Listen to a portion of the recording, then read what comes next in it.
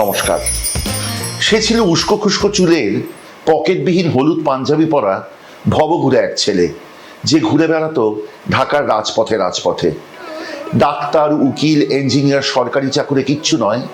তার বাবা ভেবেছিলেন সে হবে মহাপুরুষ, তাই আদরে তার নাম রেখেছিলেন হিমালয়, পৃথিবীর সর্বোচ্চ পর্বতমালা। কোনো এক অজ্ঞাত কাকতালীয় কারণে তার খালা ঢাকার পথে ঘুরে বেড়াতেন একটি বাতানুকূল পর্দাটানা মাইক্রোবাসে। তার ভেতরে বসে তিনি পান চিবোতেন এবং পানের পিক ফেলতে যখনই তিনি পর্দা ফাঁক করতেন, দেখতেন তারই চোখের পাশ দিয়ে হেঁটে যাচ্ছে হিমু। অমনি তিনি চিৎকার করে ডাকতেন, এই হিমু, এই উঠে আয়, উঠে আয় বলছি এক্ষুনি।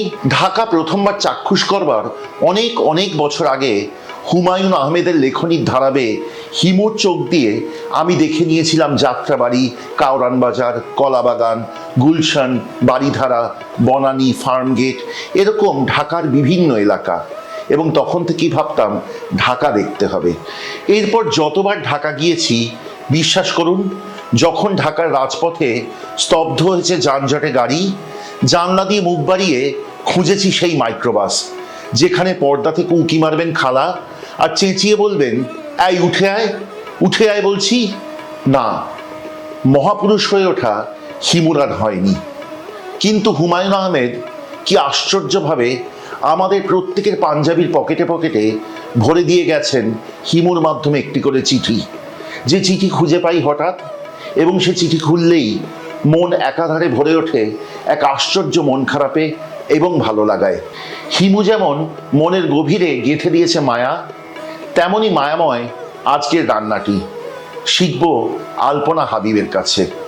এই রান্না ছাড়া ঢাকার খাদ্য সফর সত্যি অসম্পূর্ণ। আজকে শিখব আম্মার হাতের মোরগ পোলাও। চলুন শিখি।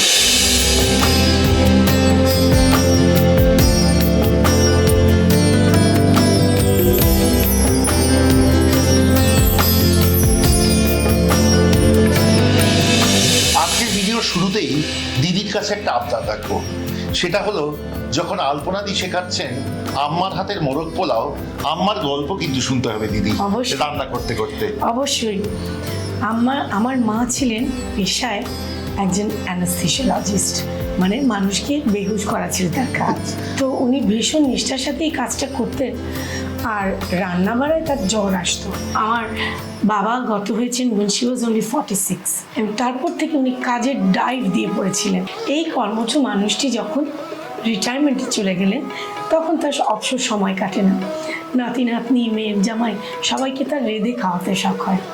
তখন তিনি এই মোরগ পোলাওটি রাখতেন, এবং সেই মোরগ পোলাও রান্নার দিন আমার মায়ের কোমরে গামছা বেঁধে এক সাইডে এক কাজের মাসি খুন্তি নিয়ে দাঁড়ানো, এক কাজের মাসি হাতার ধরার কাপড় নিয়ে দাঁড়ানো, এই নাড়ু, এই মশলা দাও, এই মহাদর্পে আমার মা এই রান্না করতেন। তার ইঞ্জিন সাংঘাতিক গরম, কিন্তু এই ইঞ্জিন গরম রান্নার পরে যে সুখাদ্যটি টেবিলে পরিবেশিত হতো, আমরা মন্ত্রমুগ্ধের মতন একেবারে কথাবার্তাহীন নীরবে খেয়ে উঠতাম। আমার সৌভাগ্য, আমি এটা আমার মার থেকে রপ্ত করে রেখেছিলাম। একটি রান্না একটি সময়কে ফিরিয়ে আনতে পারে।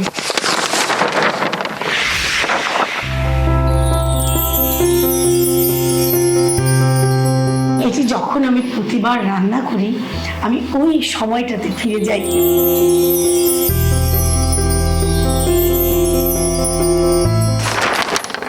আজকে আম্মা নেই, কাজের মাসিরা নেই, সেই বাড়ি নেই, কিন্তু এই রান্নাটা যেন সেই সময়টাকে আমাকে ফিরিয়ে এনে দেয়। আমার রান্নার বইয়েও আমি এই রান্নাটা ইনক্লুড করেছি, এবং এর নাম দিয়েছি আমি আম্মার মোরগ পোলাও।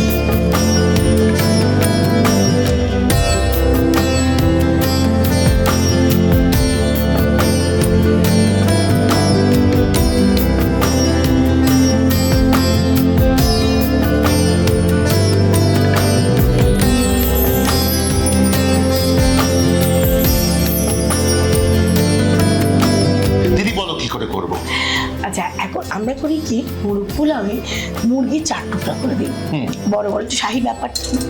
তো মুরগিটা দিতে গেলে রানের ব্যাপারে একটা জিনিস খেয়াল করতে হয়, এই যে রানের জয়েন্টটা, এটাকে জাস্ট একটু চিড়ে দিলে এটা আর ঠিক আছে।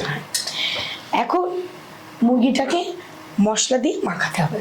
আচ্ছা, তুমি এখানে 4 টেবিল স্পুন দই দেবে, মিষ্টি দই। এবারে আমাকে দাও পেঁয়াজ বাটা, এখানে তুমি 2 টেবিল স্পুন পেঁয়াজ বাটা দাও। মুরগিটা বেশ বড় আমাদের। এবারে তুমি আদা বাটা দাও 1 টেবিল স্পুন, ঠিক তার অর্ধেক পরিমাণ রসুন বাটা দাও। আচ্ছা, মানে আদা যা রসুন তার অর্ধেক। হ্যাঁ, এইবারে তুমি দেবে নুন স্বাদ অনুসারে। হ্যাঁ, স্বাদ অনুসারে। মুরগির তরকারি নুনটা আমরা এখানে দিয়ে দিব, মশলা কষাতে আর দেবো না। এইবারে আর কিচ্ছু না, বাস এইটাকেই আমি মাখাবো সুন্দর। এবার এটাকে আমরা আধা ঘন্টা রেখে দেবো।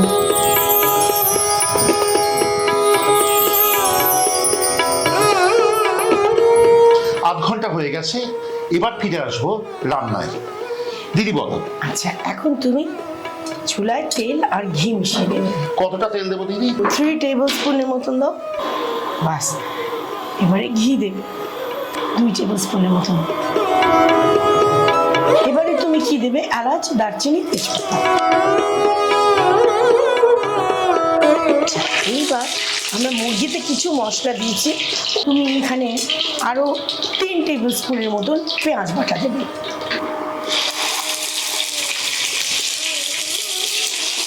এবারে আদা বাটা দেবে একদম ভরে 1 টেবিল স্পুন, এটা দিয়ে দাও। হ্যাঁ, এবারে তুমি রসুন বাটাটা দাও 1 টেবিল স্পুনের মতন। একটুখানি জল দাও, ছিটকবে না, কিন্তু সিদ্ধ হবে সুন্দর জিনিসটা। বাস, এবারে এটাকে আমরা ভালো করে কষাবো, মানে কাঁচা গন্ধটা মশলার যেন না থাকে। সুন্দর কষানো একটা গন্ধ বেরোচ্ছে। এখন আমরা এই চিকেনটা ঢেলে দেবো। এটাকে একটু ঢেকে মিনিট 10 জন্য কিছু কষে রান্না করবো।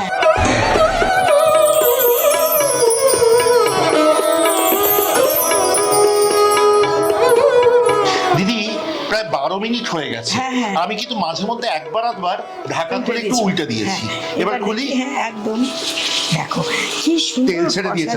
হ্যাঁ, এর মধ্যে এখন আমি একটু চিনি দেবো। হ্যাঁ, আচ্ছা, অ্যাবাউট 1 টিস্পুন। এবার তুমি এতে জল দেবে। জল দেবো? হ্যাঁ,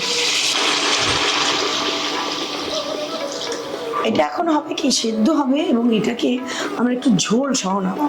আচ্ছা, এতে আমি এখন একটু কাঁচা লঙ্কা দেবো, 5-6টা কাঁচা লঙ্কা দিয়ে দিলাম। এটা যে ঢাকনা দিয়ে সেদ্ধ হবে, কাঁচা লঙ্কার অ্যারোমাটা পুরো চিকেনের মধ্যে চলে যায়। আচ্ছা, এখন একটু ঢেকে দাও।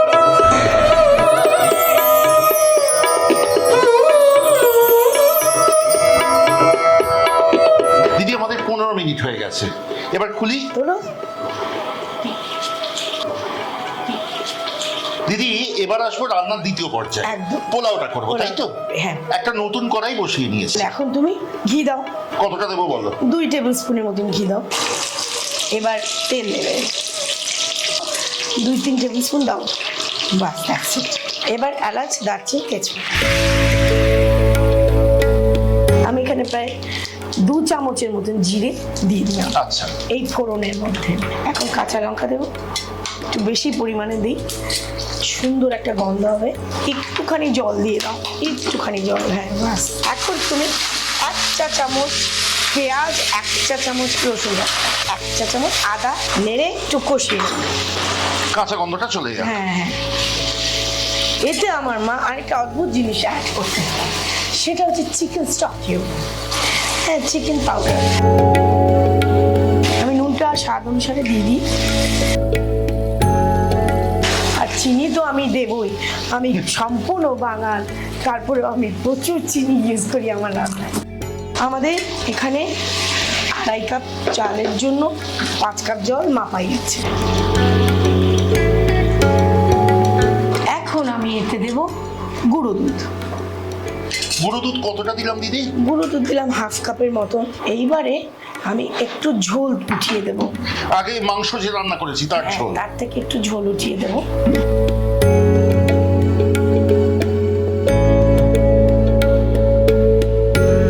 আমরা সাধারণত চিনি গুঁড়া বা কালি জিরা চাল দিয়ে করি, কিন্তু এখানে ইকুয়ালি ভালো গোবিন্দভোগ চাল। ফুল হিটে এটাকে আধ ফোঁটা হতে দেবে চালটা।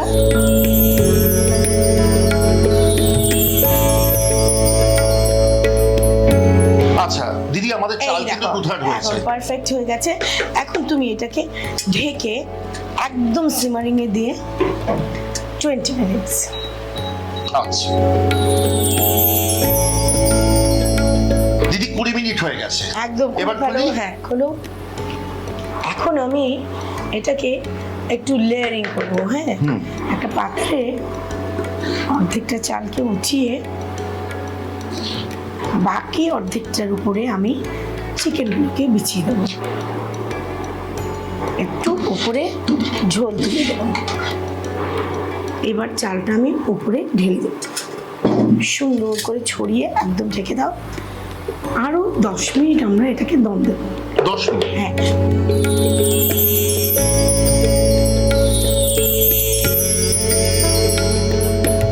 দিদি আমাদের 10 মিনিট হয়ে গেছে। একদম। এখন তুমি দেবে এতে লেবুর রস। আচ্ছা, এই প্রসঙ্গে একটা কথা বলি। আমরা প্রথমে যে উপকরণ দেখিয়েছিলাম তাতে লেবুর রস দেখিয়েছিলাম, কিন্তু দিদি পরে রান্না করবার সময় বললেন যে এইভাবে না দিয়ে লেবু রস করে দাও, মানে লেবু টিপে রস বের করে তাজা তাজা লেবুর রসটা দিলে সুন্দর ফ্রেগ্রেন্স হয়।